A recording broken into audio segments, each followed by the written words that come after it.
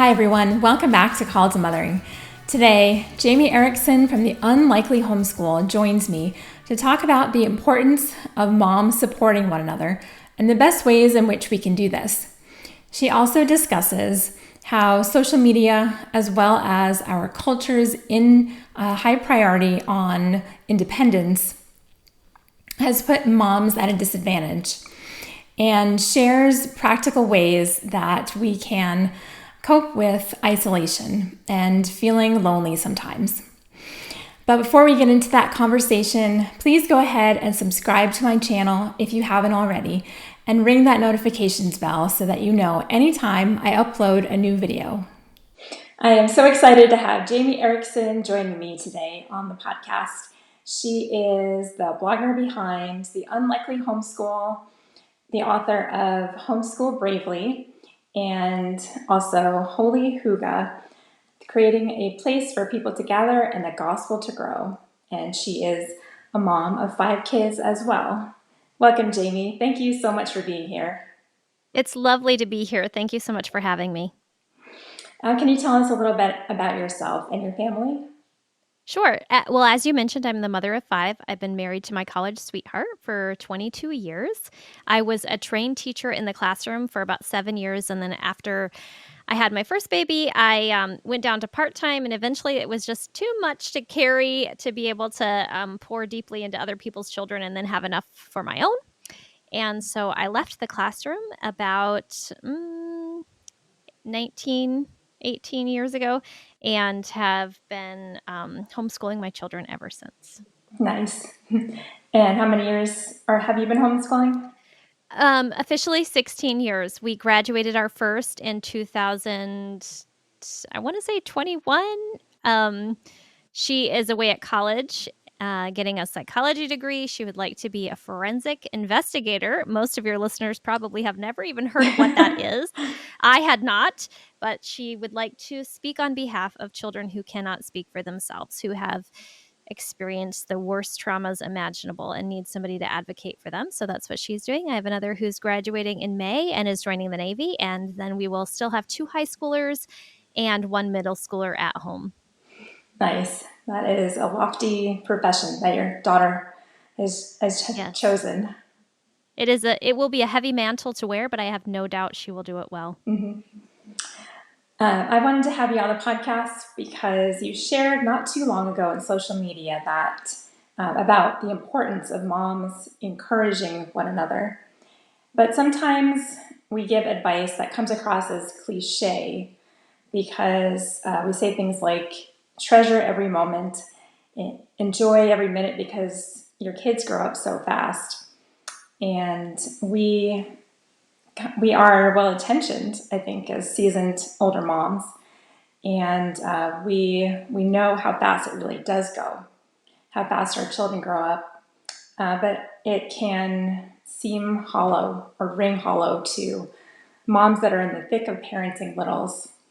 So how would you balance the giving the exhortation to appreciate the blessings of motherhood while also giving strong encouragement, solid encouragement to moms that have young children? Yeah, I think it's easy for us who are on the other side of the toddler rodeo show to kind of just see the glory moments, because there are wonderful glory moments. I mean, I often said in those years, these are the best years of my life, and I don't even know it, but I don't think it's helpful. And it's actually a little disingenuous for us to say things that are rightfully true, like, don't worry about the house will still need to be cleaned tomorrow, your little ones are still only little for today. Like you said, those words can feel really hollow, because yes, every young mom knows that her children are a gift. She loves them more than anyone else, but yet she's so tired.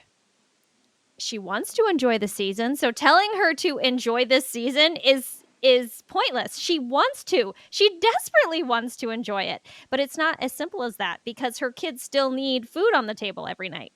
They still need clean clothes to wear. So you can't really you can't very well enjoy something when you're surrounded by the chaos and the mess. So you have to actually clean it up and deal with the problems at hand and feed your children. So I prefer, instead of those pat phrases, I really try to offer some practical tips whenever I'm asked, but also some practical help to be some real hands and feet. I remember when I was a young mom, I remember going to like a mothering a biweekly mothering group where there were some older moms who would come and mentor to us younger moms. And I remember walking through the door, and I had, the toddler circus. I had the baby carrier, the diaper bag. I was holding one toddler's hand, another one was clinging to my side, while my oldest daughter was sort of still under 5, like toddling behind us. And I felt like an ox heavy with burden, and I could barely open the door to get into the building. And there stood one of the mentor moms, one of the women that were older and seasoned, and she's welcoming me with a smile, but not actually reaching out and opening the door for me. Just something simple like that. And here I am just trying to get my whole, circus act through the door. So I think so often we as older moms, yes, we are in a busy season too. The busyness looks a lot different, but whenever possible, when we can offer not just words that feel real empty, but practical help, real hands and feet of Christ kind of help. That's what those young moms need. And we can talk about some specifics, but I would just say in generalities, just think back when you felt like you were drowning and do what you wish someone had done for you. You can never go wrong with that. Yeah, that's good. We tend to forget what it was like And because in saying those phrases, we kind of just pile on more shame because they already feel like they're lesser than, or they're not doing enough. So reminding them to just enjoy every moment kind of makes them feel shameful, because quite honestly, they're not always enjoying every moment, and neither did we. right. Yeah, that is true.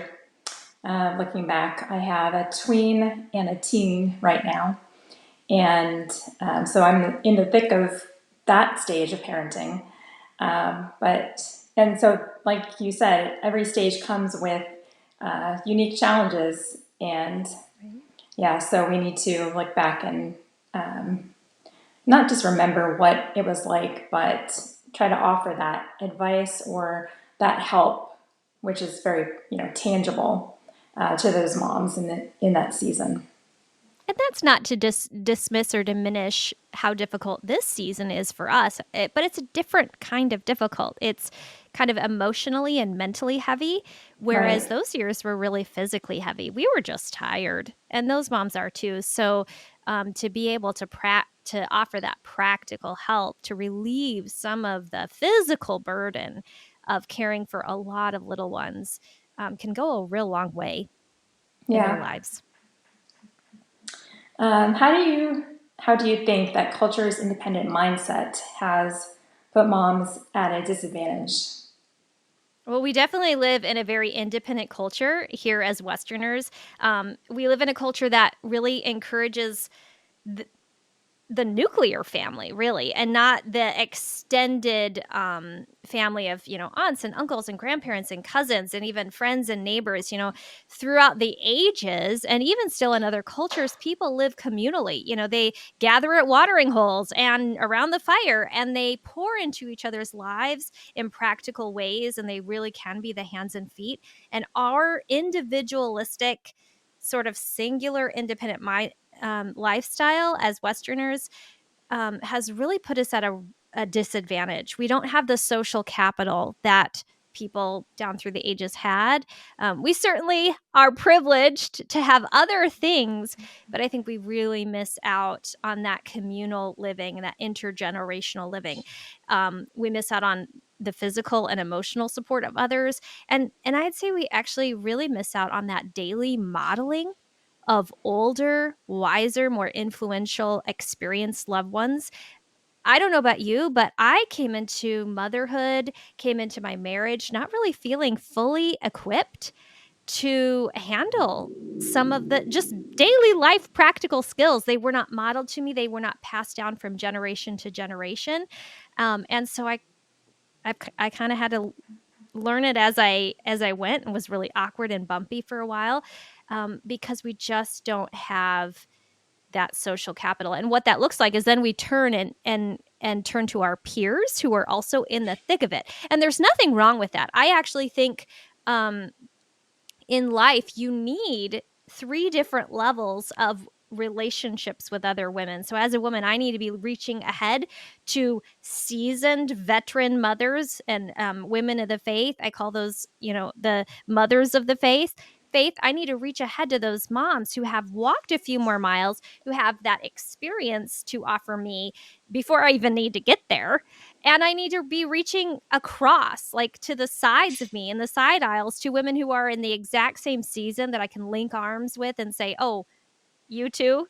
And there's this solidarity, this camaraderie that can happen there. But I also need to be reaching behind to some women that are not as far on the journey. And honestly, if you've been a mother for like 2 seconds, that's 2 seconds more than somebody else. So you always have room, or should always make room, to reach behind. And if we're doing that, then we make this generational line of life, even for those of us who maybe didn't have it growing up. And I think that's one of the lovely things about the body of Christ, is that we can build these familial family connections from one woman reaching ahead to the next, who's reaching ahead to the next, who's reaching ahead to the next, and it just continues on that way. But I think because we're lacking that, the fallout, or how we have chosen to make up for that lack, is that we've looked to social media, and we've created sort of like these unhealthy micro cultures for ourselves on social media. And hear me, I do a lot of my work in ministry on social media. I don't want to just throw it out and say, there's no point to it, because I recognize that God can really use anything, even, social media platforms. But I think the fallacy there is that anybody can unsubscribe or unfollow really easy. And so basically we're picking and choosing our audiences, and choosing our mentors, kind of like we pick and choose at McDonald's. We create these really unhealthy, unnatural microcultures where we just surround ourselves with people who agree with us, who affirm our already preconceived notions, and it becomes like this um, echo chamber, basically. And growth can't happen there, because growth will never ever happen when there's just a whole lot of affirmation and agreement. So I need people in my life who will say, Jamie, I'm going to call you to something higher, because I need an opportunity to be able to say, yes, I can grow in that area. That might not come naturally to me, but through God's help and his supernatural power, I can be steadfast, immovable, always abounding in the work of the Lord. I need people in my life who know me, KNOW, enough to know me. NO. And that's the exhortation piece that I think that social media and just really our isolated culture really lacks, that young moms, hey, old moms need. Yes, that's good. Yeah. Social media has given us that echo chamber, like you said, Mm-hmm. and we do tend to gravitate towards people that only have the similar experiences to us, similar attitudes and beliefs, and that can be good to find our people and Right. find the people that will support us and have the same values. But at the same time, we don't have that person in front of us, the people, the generations of moms, aunts, and grandmothers who pass down wisdom to us and who show us by example how to mother. And I I think didn't have that either. And I think that's a call for those of us who didn't, to remember what that felt like. And now that we have some skills, in our arsenal, to be able to share them generously with others. I think, to your point about social media, I think it's an unnatural curated space. And so even when you see somebody doing something well, another woman who's really crushing it at something, what you don't see is the messy middle. You don't see the times that it didn't work out, the recipes that were a total flop. You don't see that when her kids are on the floor screaming and crying through a tantrum. You only see the finished product. You never see the false starts. You rarely can you ask a question or even dissent to her message. And you can't usually receive reciprocation, like the type of encouragement that you're hoping to receive, or be able to give that. You can't resolve differences. Like if I disagree with someone online, I can just unsubscribe or I can just keep scrolling. There's not a place for some of that Matthew restoration in relationships that we're called to do. So it is not, social media isn't a horrible place to get information and find mentors. It's just not the best place. Yes. Yeah, so social media can cause us to be isolated, even as we have so many friends and we have likes and we have subscribers. So how can we deal with the social isolation that we feel sometimes as moms? Yeah, I think a lot of that comes down to our desire for perfection and our desire, basically what it boils down to is pride. We feel isolated and alone because we have built up in our heads this idea of what, a mother is supposed to look like, what our house is supposed to look like, what our relationships are supposed to look like. We have this perfect curated idea in our head, and by golly, we're going to do it or else. And that just becomes pride. We're too prideful to admit that we need help sometimes, to reach out and ask for it. We're too prideful to invite people into our homes to build those community connections, because maybe it looks like real people live there. There might be toys on the floor, there might be dishes in the sink, there might be a load of laundry still on the couch that needs to be folded. And that seems intrusive to us because we have it in our head as our culture, as a culture, that everything has to be perfect or it's not good enough. And so when it's not perfect, and let's be honest, life rarely is, we don't extend those communal invitations. We don't have people into our homes and go into other people's homes. And so we continue to sit in isolation. But it takes someone saying, I'm going to have the courage to go first. I'm going to have the courage to invite my neighbor across the street over for coffee one day. Our kids can sit on the floor and play in my somewhat messy home. Because if I have the courage to invite her, maybe she'll do the same. Because I guarantee this, if you're listening to this today and you feel at all isolated, and statistics tell me that you do, because 3 out of 5 women in America feel lonely. And that was a pre-COVID statistic. So I can only imagine that those numbers are even more staggering. But statistics tell me that you're isolated if you're listening to this today. And if you feel isolated, I guarantee you, your neighbor does too. But somebody has to have the courage to say, hey, I'll go first. Somebody has to drop that curtain of pride and invite people into their real, everyday, messy middle lives. Yeah, that's good. Yeah, I have moms that have young kids, newborns, and they have the toddler rodeo show going on, as you said. Yeah. That's a great description. And I don't care that, there are toys everywhere, there are crumbs on the floor, laundry is, in the living room. It doesn't bother me.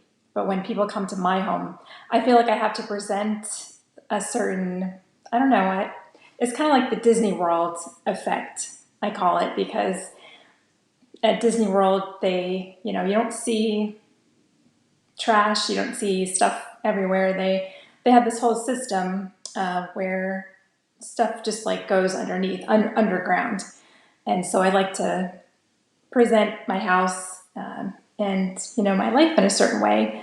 And I think it's because we live a lot of our lives online. And so we present a Pinterest perfect idea of something. We can filter everything online. So we've carried that. But isn't that exhausting? Yes, it is. And chances are you don't reach out in social ways very often because of that. Right? Yeah, we have carried the social media mindset into our own personal lives. And it does cause us to not reach out, and we do isolate ourselves Yep. by choice, I think, a lot. Yep. So, That's the natural mhm, fallout. The natural consequence is right. isolation. What are some practical ways that we can support other moms, especially those that have young children?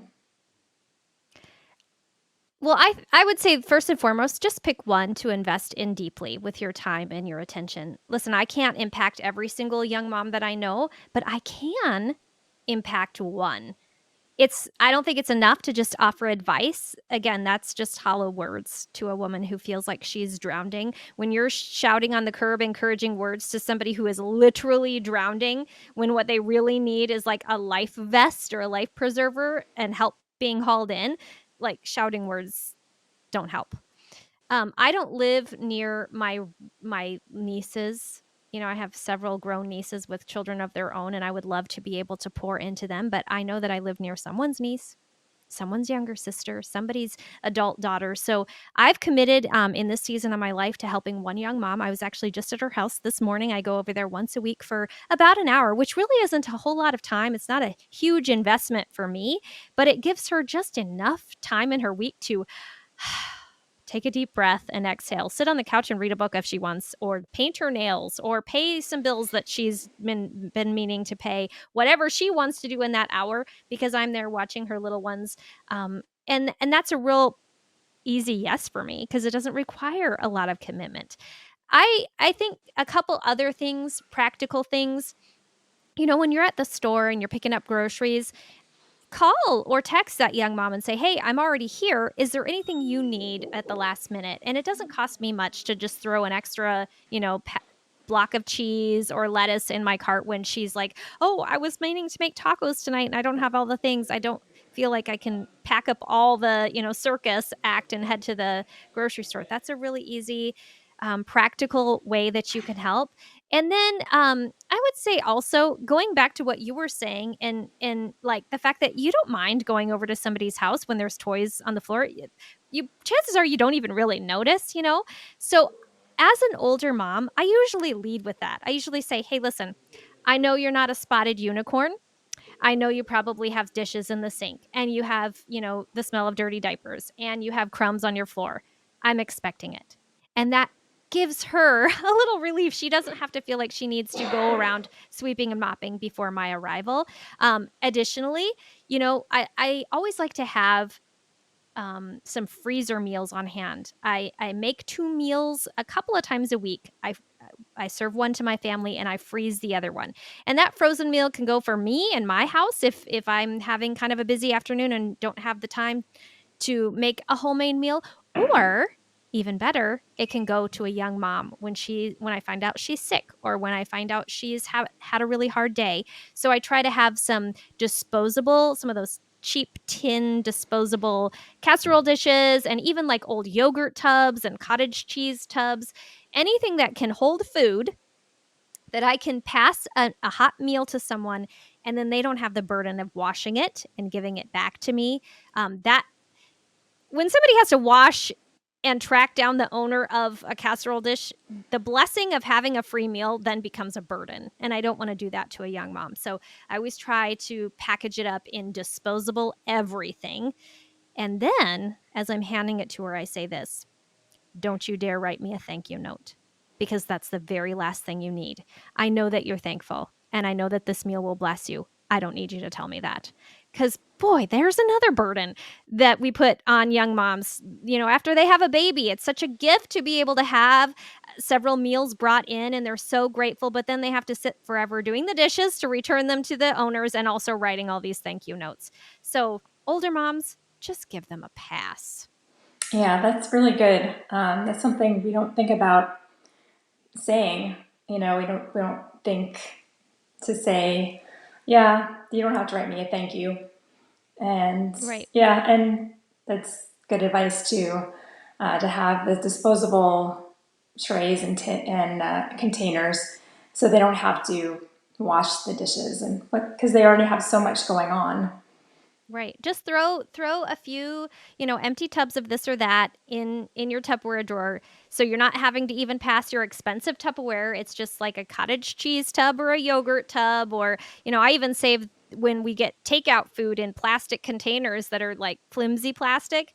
I just wash that up and stick it in my drawer of plasticky things, and then it's a container that has a lid and can be thrown away and tossed after another use. So I would say, when in doubt, if you're a seasoned mom and you really want to bless some younger moms, don't stand there and ask her, how can I help? Because when you are in a tough season, having a difficult day, even just mustering up enough mental clarity to figure out what to tell someone, like how they can help, that feels like a burden. So if you are a seasoned mom and you want to help, just think of something and do it. No one's ever going to regret or become embittered or enraged because you're trying to help. So if something pops into your head, a way that you might be able to be a physical blessing to another young mom, don't hesitate. Don't wait. Just do it. Yeah, when people are going through a hard season or they're grieving, we go the extra mile. We reach out to them, and we're aware that they don't have the bandwidth to Right. reach out and say what they need. So yeah, that should apply to treating or serving young moms as well. That's really good advice. So where can people find you, Jamie, and get a copy of your books?